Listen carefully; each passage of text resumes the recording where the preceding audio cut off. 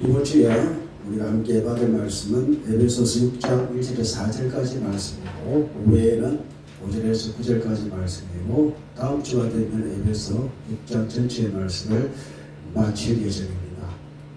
그렇다면 1장에서 5장까지의 말씀 여러분 기억하고 계십니까? 기억하고 계실 겁니다. 그렇기 때문에 오늘 말씀 준비하기 위해서는 1절부터 5장까지 말씀 다시 읽어보았고, 여러분도 가능하시면 말씀을 받을 때에 오늘 말씀을 받았잖아요. 그 이전의 말씀을 쭉 읽어보시면 어떻게 이 말 흘러왔는가에 대해서 우리가 깨닫게 되어집니다. 그래야만이 말씀이 이해되어지고, 이해하라 그랬잖아요. 이해되어지고 내가 왜 이렇게 살아야 되는가에 대해서 다른 마음의 결정을 할 수가 있습니다. 5장 22절 말씀부터는 가정에 대해서 말씀이 나오는데, 가정의 중심은 부부입니다. 아내와 남편입니다. 아내는 남편을 어떻게 하라고요? 공경하라 그랬잖아요. 공경. 또 남편 아내를 사랑하라고 말씀을 하고, 그것을 교회 관계로 말씀하셨습니다.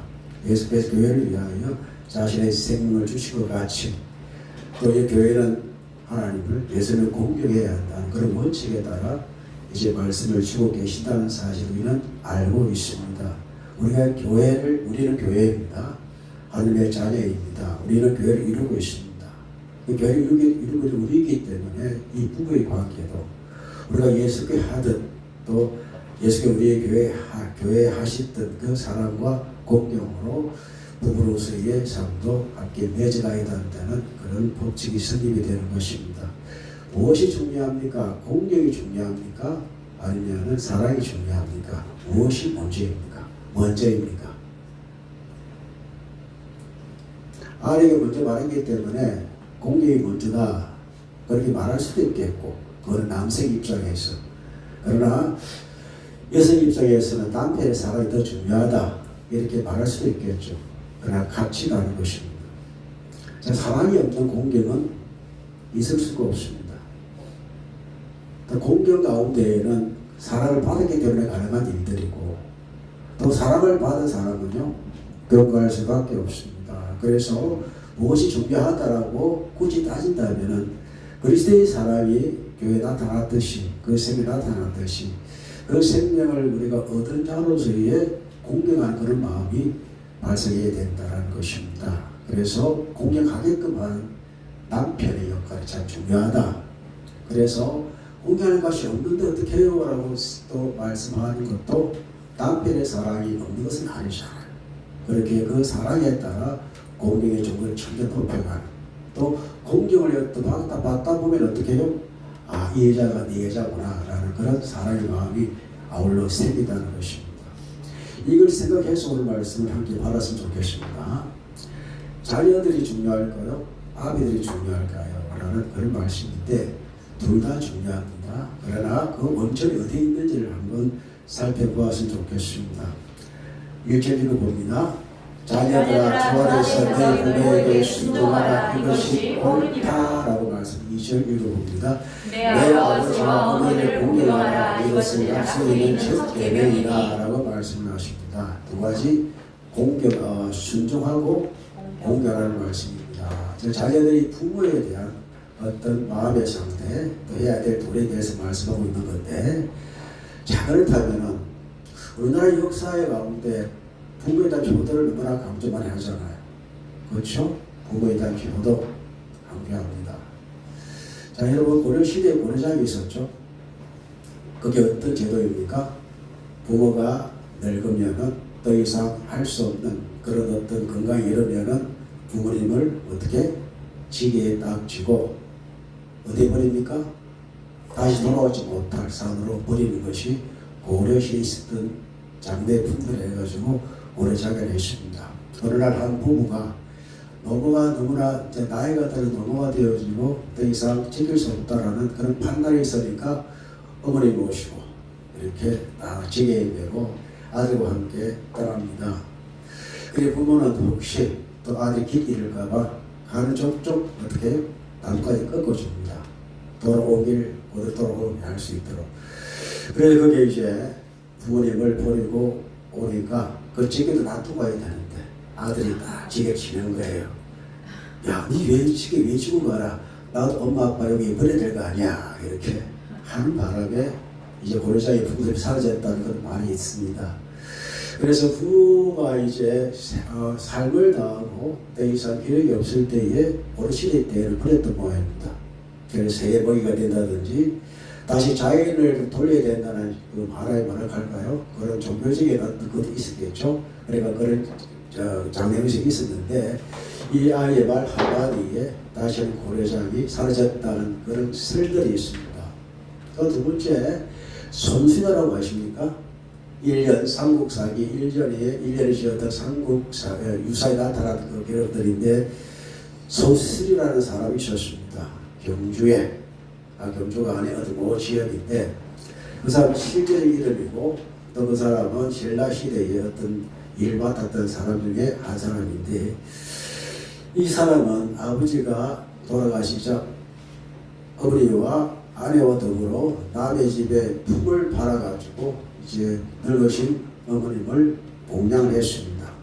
그 곡기로 봉양을 했는데 이게 하나 있는 아들이 어머니가 먹을 음식을 준비하는 거예요. 자, 할머니의 마음은 이제 손주가 너무나 잘 먹으니까 자기의 곡기를 끊고 주게 되었습니다. 그러니 이 손순이가 아내와 생각해 볼 때 이러다가는 우리 어머니가 굶어 죽겠다라는 생각 가지고 이야기합니다. 사실 우리가 또 낳으면 되지만 하나밖에 없는 어머니 우리가 어떻게 이 손주 때문에 죽게 할 수 있느냐라고 해서 이 자녀를 땅에 물으려고 합니다. 땅을 팝니다. 땅을 파다 보니까 어디서 땅을 팠겠죠. 땅을 파다 보니까 거기에 하나의 돌종이 딱 이렇게 솟아오릅니다. 그 돌종을 이제 나무가지에 딱 걸어놓고 쳐보니까 너무나 어둠해가지고 다시 이제 자비심이 돌아와가지고 처마 밑에 그 동을 쳤다 그래요. 그러니까 그 소리가 신라의 왕까지 되셔가지고 이 신라의 왕이 저 소리가 어디서 나오는 소리냐라고 하니까 신하가 가서 이제 이 집에서 나온 소리입니다. 사안을 들어본 적 제가 말씀드린 대로 이런 상이 있었습니다. 그러니 이 왕이 효자로고 그래서 그 사람에게 1년에 50석 살도 공급하고 또 뭐랄까요 관직을 주는 그런 일들이 발생했습니다. 이유는 뻔하잖아요. 부모에게 효도해야 된다. 그러나 자식은 소유에 불과하다. 자독동합니다. 이제서는 안 될 일들이잖아요. 부모도 가족이지만은 자녀도 부모도 중요한 가족이잖아요. 그러니까 뭔가 희생해서 뭔가 얻겠다 이것은 잘못된 것입니다. 그래서 이건 하나의 교회의 하나의 의미로 삼아가지고 하나의 의미로 삼아가지고 부모를 위해서 자식을 땅에 묻어서 그야말로 생계자해로 된다는 이런 사상들이 신라시대에 있었던 사상이고 에밀레족 아시잖아요. 그것도 좀 뭉치면은 엄마 이게 신라시대 에밀레라고 했던 모양입니다. 그래서 인신제사를 데려가지고 나왔던 종이 이제 이게 선종이라고 그러잖아요.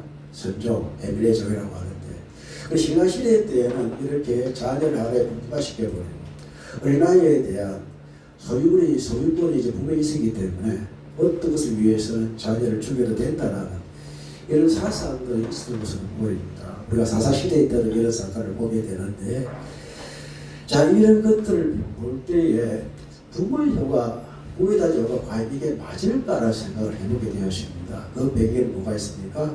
불교 문화가 있고 유교 문화가 있습니다.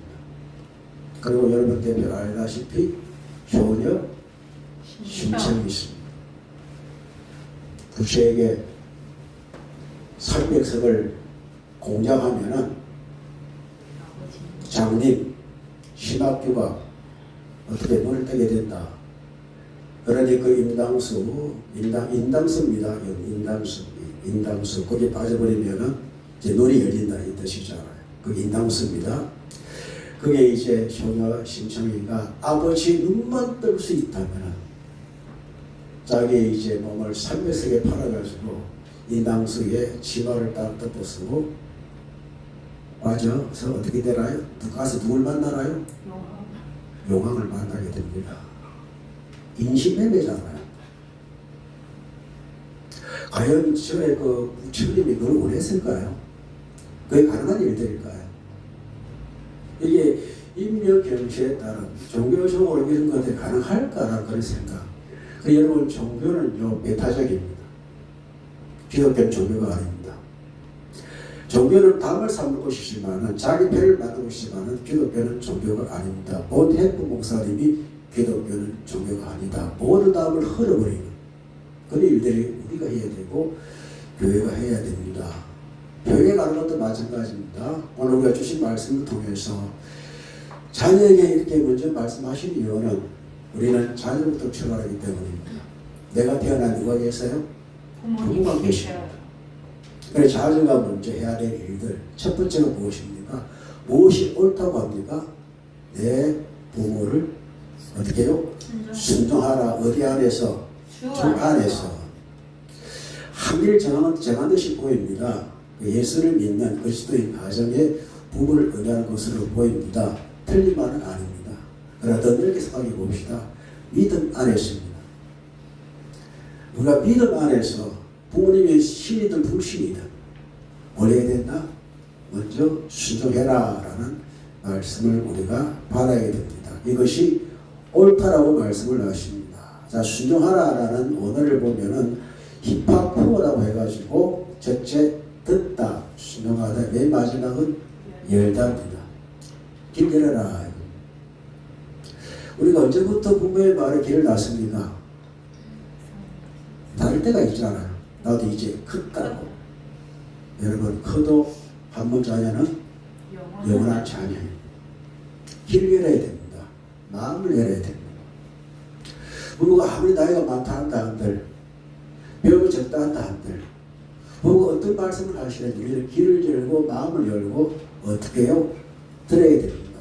듣기만 해서 아니라 순종해야 합니다. 그게 옳다라고 하나님께서 말씀을 하십니다. 그런데 이것이 사도 바울 개인의 생각이냐? 그렇지 않다. 2절 읽어봅니다. 내 아버지와 어머니를 공경하라. 이것은 약속이 있는 첫 계명이다 라고 말씀을 하십니다. 자, 10계명을 보면은 하나님과 인간과의 사이의 계명이 첫째에서 넷째까지 계명입니다. 그리고 다시부터 첫째 계명이 무엇입니까? 내 부모를 공경하라.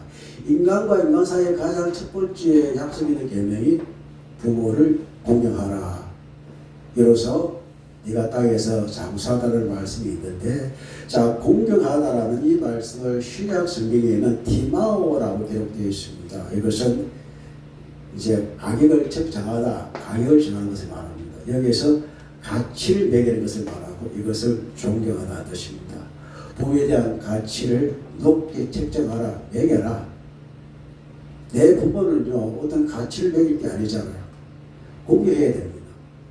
가치 중에 가치가 나의 부모입니다. 그리고 말씀을 합니다.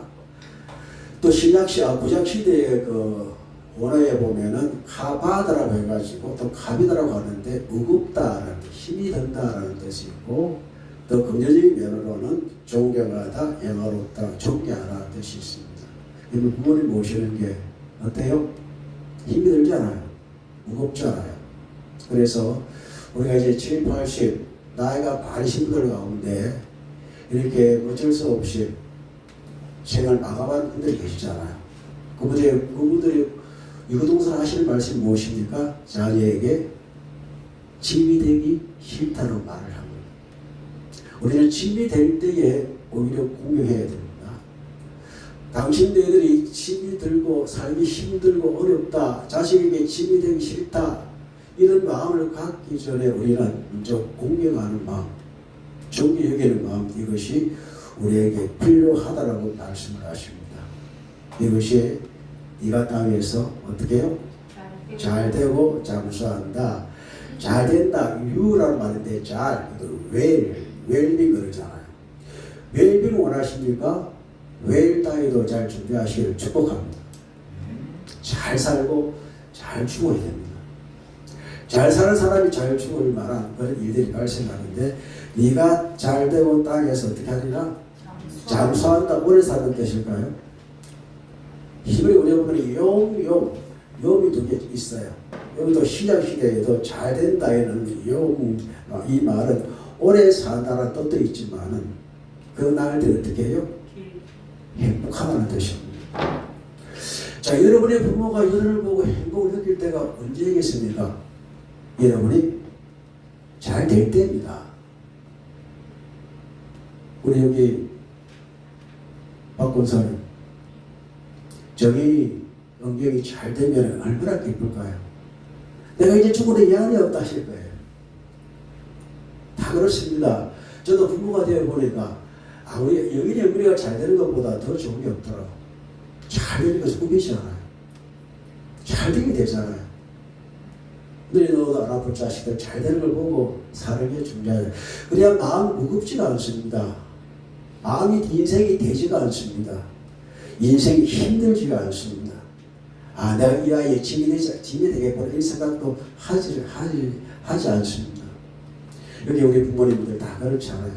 내 자식 잘 되는 게 얼마나 좋습니까? 그게 꿈이지 않는가요? 잘 되면은 이 자식이 부모에게 잘할까요? 못할까요? 잘하게 되어 있습니다. 우리 장모님이 지금 소장하셨지만 아들이 이제 치과 의사가 되고 하니까 이제 치과 의사는 뭐로 다 자기 잘 살고 이렇게 옆에서 부정 이야기하잖아요. 시샘하잖아요. 그러니까 지가 잘 되면 나한테 잘하겠지. 이게 맞습니다. 자식이 잘 되면은 부모에게 잘할 수밖에 없다. 우리 이제 그 어머니의 평생 책임은 장난이 다 했거든. 물론 딸도 했지만 그러니까 필요할 때에 어떻게 해요? 돈이 필요하다는 말입니다. 그래서 치과가 되니까 이제 물질로 이제 모든 것을 다 대해주는 이제 딸들을 몸으로 열심히 이제 하는 일을 들으셨습니다. 그렇습니다. 또 이게 이제 공경하는 이것은 각을 매기다. 여러분 공경할 때 무엇이 필요합니까? 돈이 필요합니다.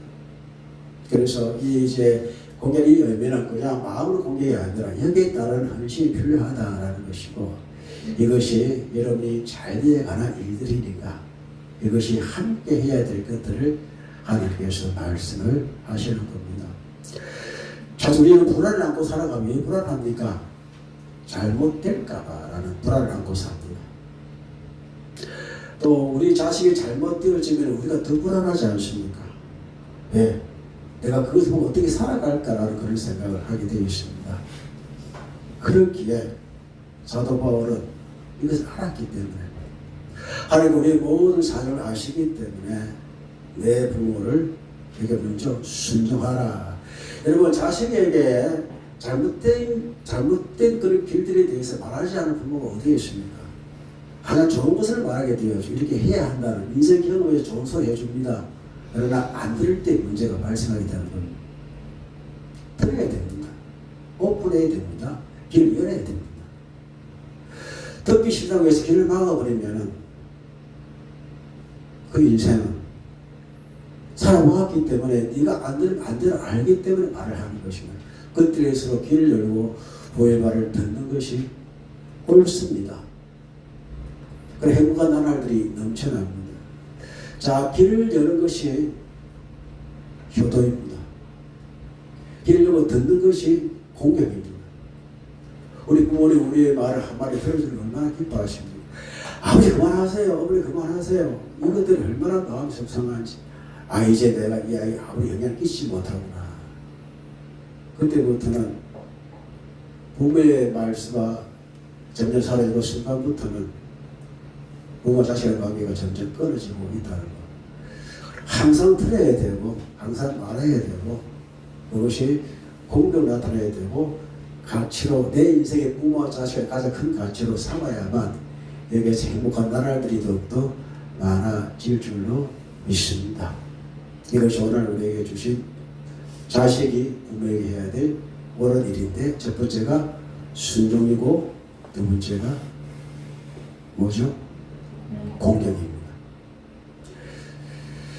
이로써 네가 잘되고 땅에서 장수한다. 부모가 기뻐하는 모습 보면 자녀를 좋습니다. 내 부모가 나를 만족히 여기고 정말로 내가 늘 잘 나왔다. 이런 것들을 볼 때. 요즘 여러분 그 복사 수거사 신드롬 아시죠? 한 여자 이야기입니다. 또 그를 사랑했던 관식 이야기입니다. 끊임없이 미안해하는 아버지. 여러분 그거 보니까 저는 이제 여성이 좋은 아버지 입장을 보게 되더라고요.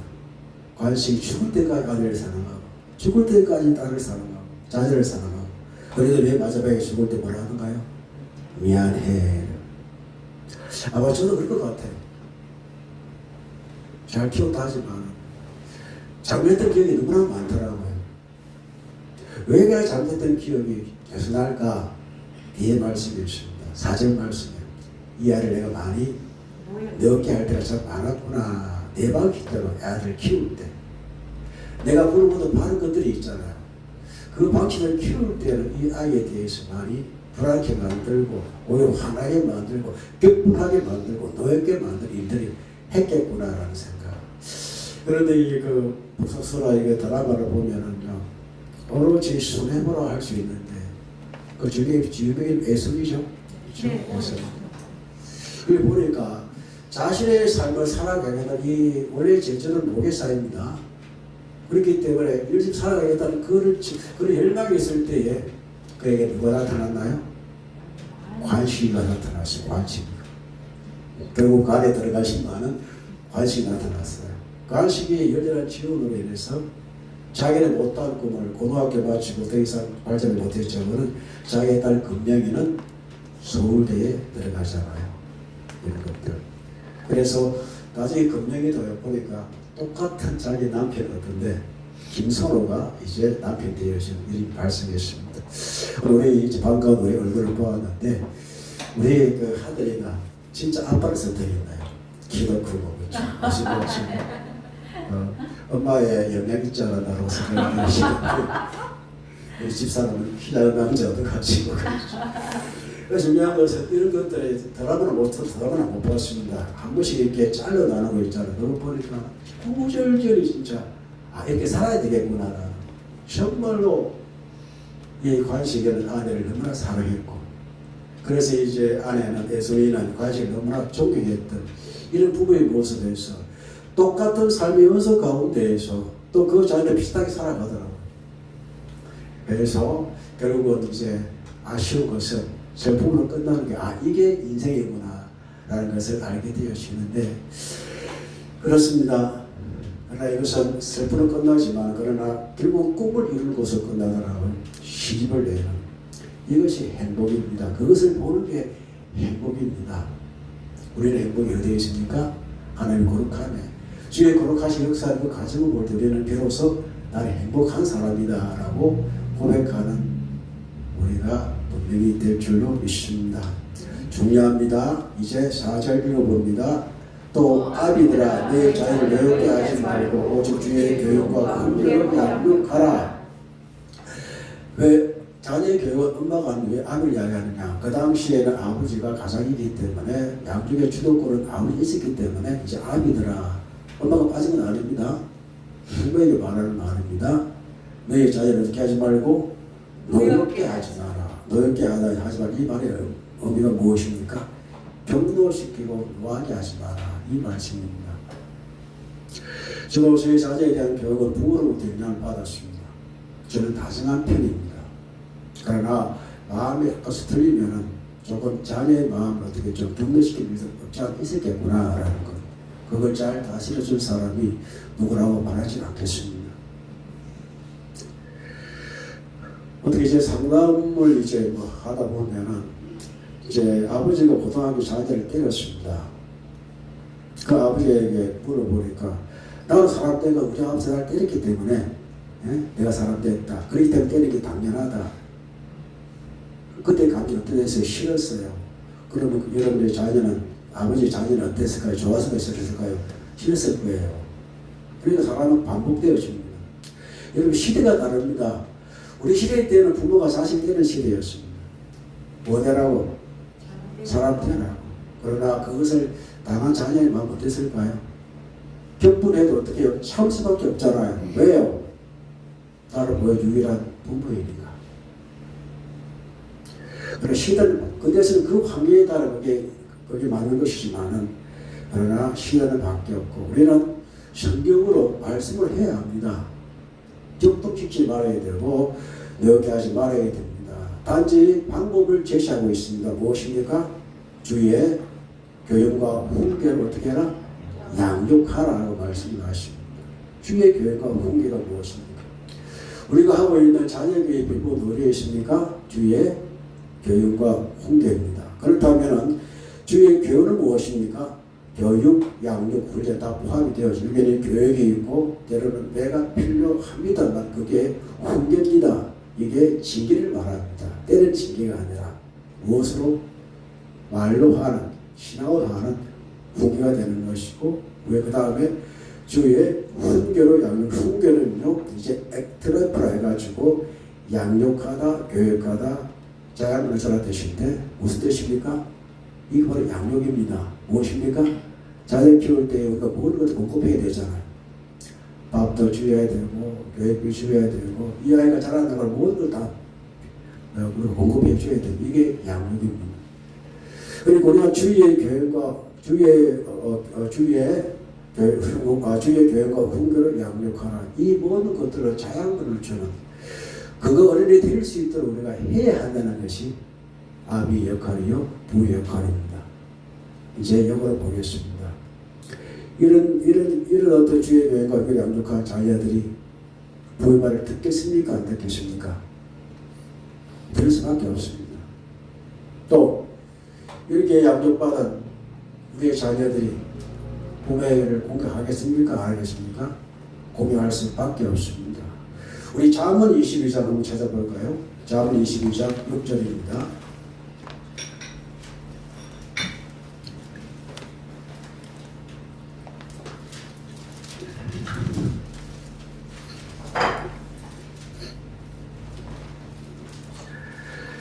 자, 다 같이 읽어봅니다. 시작. 마땅히 행할 길을 아이에게 가르치라. 그리하면 늙어도 그것을 떠나지 아니하리라. 예, 마땅히 가르칠 바를 아이에게 가르치라. 이것이 주의 교육과 훈계의 양육입니다. 그렇다 늙어서도 그것을 떠나지 아니하리라. 이제 앞으로 자녀를 얻을 분들, 저는 이제 예수 믿고 나서 이렇게 결혼해서 우리 자녀를 양육해 왔지만 이게 참 부족하더라고요. 끊임없이 자기 성질이 있어야 되고 자기 도전이 있어야 됩니다. 끊임없이. 다 중요한 것은 자녀 위해서 기도만큼은 멈추지 아니하시는 축복합니다. 우리가 살아온 배경에 따라서 좀 실수를 할 수가 있어요. 저 역시 우리 아이를 생각할 때에 실수한 것 이것들이 많이 생각이 납니다.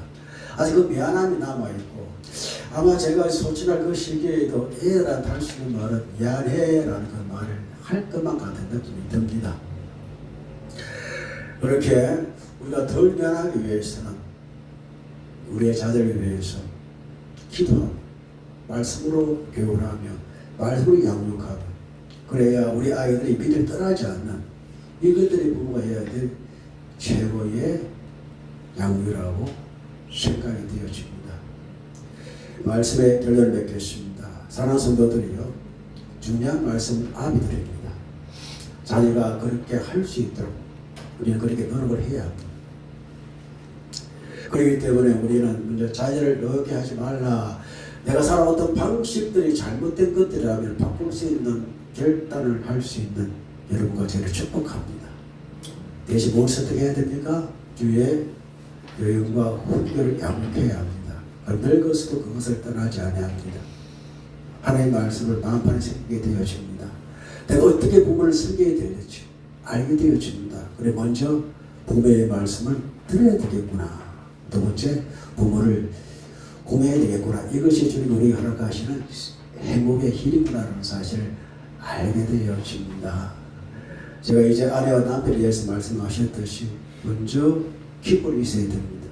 같이 가는데 먼저 선해야 될 것, 먼저 앞서 행해야 될 것들이 있습니다. 남편의 사랑이 아내의 공경을 불러일으킨다면 이 아비들의 온전한 교육과 양육이요 자녀로부터 듣고 공경하는 이런 일들이 발생하는 것입니다. 그렇게 이런 원리를 우리가 따라서 여러분의 가정에 또 또 부부관계, 여러분의 부모와 자식관계 이렇게 여러 가지 이 풍성하가 늘 가정에 넘쳐나기를, 여러분 후손들의 가정에 넘쳐나기를 주님 여러분으로 축복합니다. 주신 말씀 생각하면서 함께 동수로 기도합니다. 자녀들아 또 아비들아, 이 두 가지 말씀을 드렸습니다. 우리가 4절까지 말씀이기 때문에 충분히 여러분의 기도 제목이 분명히 이제 여러분의 생각에 따라 또 강구의 제목으로 나타날 줄로 믿습니다. 함께 기도합니다.